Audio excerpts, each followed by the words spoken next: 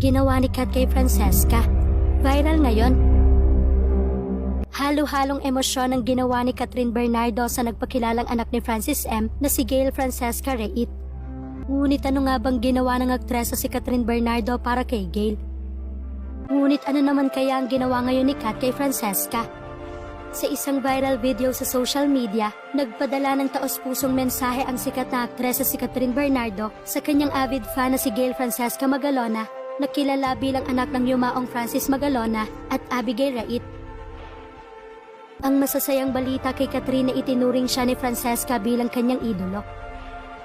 Makikita sa mukha ng sikat na aktresa talagang nabigla ito sa magandang balita ng mga TV reporters. Aniya, talaga? Wow! At hindi tumigil doon si Catherine.